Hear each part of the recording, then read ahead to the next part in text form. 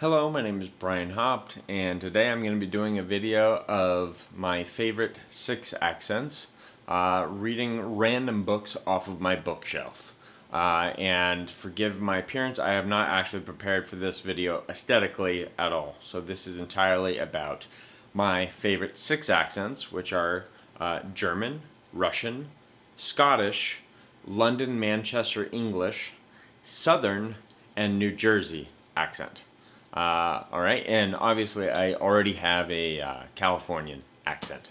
All right, so let's get into it. Let's start with a Scottish accent because it's actually the most recent one that I acquired. So probably starting with my worst accent, but I'll leave that up to you to decide. All right, let's get into it. All right, now I'm going to do a Scottish accent. Now I'm going to read a few excerpts from one of my books on my shelf called Red Dragon by Tom Harris. It's what the TV show Hannibal was based on, as well as many movies about Hannibal Lecter. Okay, here we go. Randomly flipping to a page. You may find this curious. Chilton took the strip of EKG tape from the drawer and unrolled it on the desk. He traced the spiny line with his forefinger. Hey! Here, there's resting on the examining table. Pulse 72. Here, he grabs the nurse's head and pulls her down to him. Here, he is subdued by the attendant. He didn't resist. By the way, through the attendant dislocated his shoulder. Do you notice the strange thing there? His pulse never got over 85. Alright, that's enough of Scottish, eh? The second accent I'm going to do is my English accent. It's somewhere in between Manchester and London, but it's actually a pretty common sounding accent from what I hear. And I've spoken with this accent to English people and actually basically blended in accidentally before while I worked at the airport some years ago. So I know it's somewhat effective in convincing people that I am actually from the UK.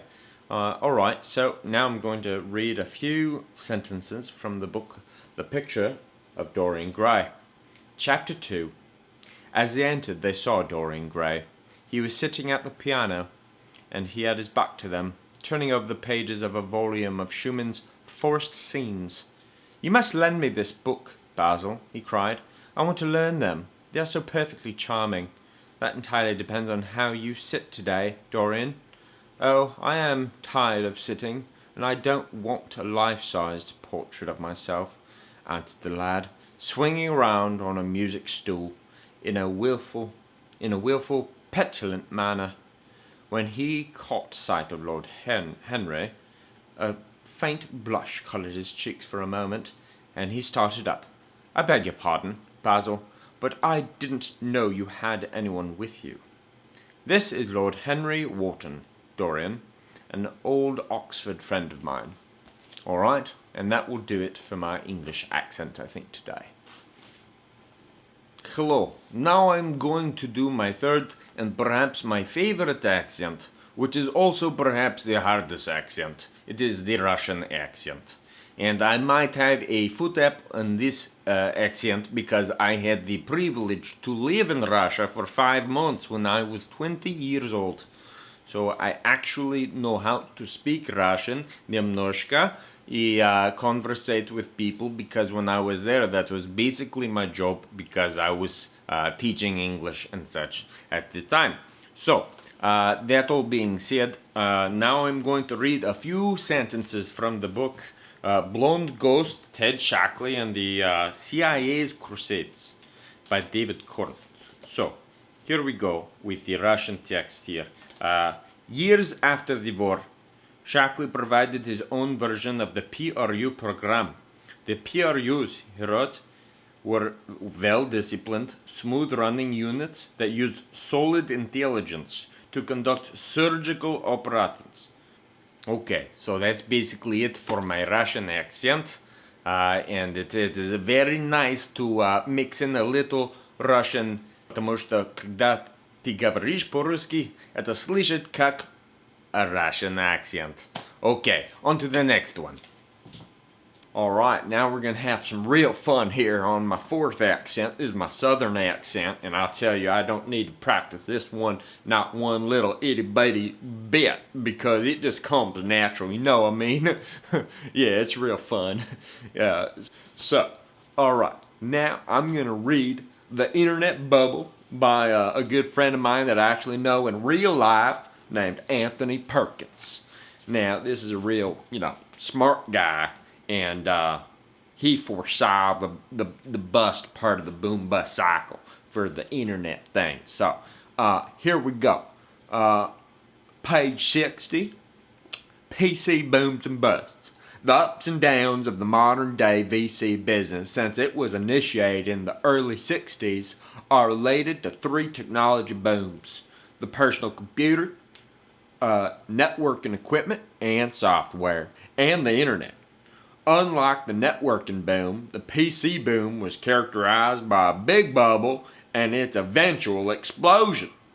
According to Don Valentine of Sequoia Capital, an early investor in Apple Computer, the problem with the early PC era was its undefined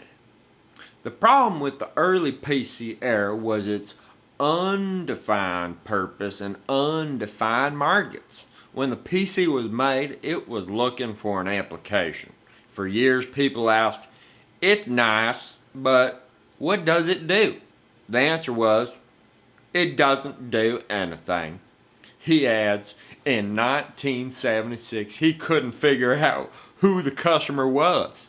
Was it the education market? Was it the business market?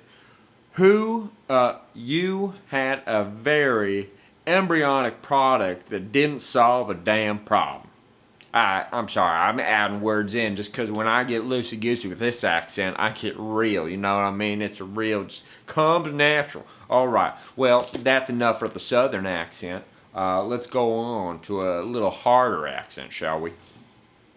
Okay, so now I get to do my, die 5. Accent, und das ist Deutsch or German. So German is another fun accent for me because I actually speak German as well. And I have been able to visit the Heimat zweimal in meinem Leben. And that means I've been able to visit Germany twice in my life. And it was very fun. I liked it a lot. And sometimes I think I want to live there, but no, it gets too cold in the winter or something. I don't really know. But nonetheless, now I'm going to read some sentences from this book, Adolf Sutro, a biography. Shortly after his return to California, Adolf took a fateful buggy ride. On the 2nd of March, 1881, he and his daughter Emma rode up past the western edge of the city through an area which John McLaren would later do wonders with, a large tract of sandy land known as Golden Gate Park. They went on forward a bluff overlooking the sea. On its crest, Emma and her father got out of the carriage, and both of them were almost overcome with the magnificence of the view. The house and its plot of about 1.5 acres belonged to Samuel Tetlow, proprietor of Bella Union, whose business had declined in recent years. So, yeah, das ist meine deutsche accent. And I don't get to use it enough, so I feel like it's pretty rusty right now. But I'll tell you what, I really like doing the German accent because it's so much fun. Viel Spaß, yeah? Okay. Now for the last accent up next. Alright. Now I'm going to do maybe one of my favorite accents. I guess they're all my favorite accents. That's why I learned them, right? But this is the 6th accent I'm going to do. It's the last accent I'm going to do. And it's the New Jersey accent if you hadn't guessed already. Alright, so let's go ahead and get into this. This is a good book. I used to do a lot of rock climbing and mountaineering. And this book is called The Good, the Great, and the Awesome by Peter Croft. Real good climber. A very fun route, first done by 3 guys who were very famous. Chris for his visionary ascents of the Canadian Rockies, Galen for bagging a huge number of major plums in the Sierra and taking really pretty pictures, and Fred for being one of the first people to climb a zillion new routes while living on stolen condiments. This is more of a great face than a great line. There are many ways to go. Some have names, some are just minor variations. So, if by some odd alignment of the planets someone's on the route ahead of you, don't sweat it. You can always pass. If the other climbers get pissed off, just be polite and tell them you're on another route. You might even ask them how they like their climb. I really like reading this accent. I'm not really sure why. Just comes natural as well, I guess. But, the problem with the New Jersey accent is sometimes, the problem with all of these accents, it seems like, is somehow I just want to slip into an Australian accent. It's really weird. But it happens sometimes. And I'm glad it didn't happen today. But I think I can do an Australian accent. I just never really took any time to kind of learn it, and just kind of is my accent language. So, anyway, I hope you enjoyed these accents. I think it's a lot of fun to be able to speak in different accents. And if you personally want to learn how to do accents like me, there's actually a really fun way to do it. You get this fun game that you can play with your friends, especially when you're drunk. It's called Nonsense. Yeah, Nonsense. It's a card game, kind of like Apples to Apples. But when you put in your card, you got to read your card aloud with the accent that's on the card that the judge picked up. Okay? Alright, so that's basically it for my video, guys. Hopefully you enjoyed these accents. Let me know if you got any questions below. Let me know which one is your favorite accent. And that's basically it, guys. Thanks for watching. Alright, this concludes this video of my 6 favorite accents that I do. If you are some kind of a hiring agent of some kind, thank you so much for watching to the end. It's really enjoyable for me to be able to do this for you. And please give me a call back, alright? Thanks for watching. Have a nice day.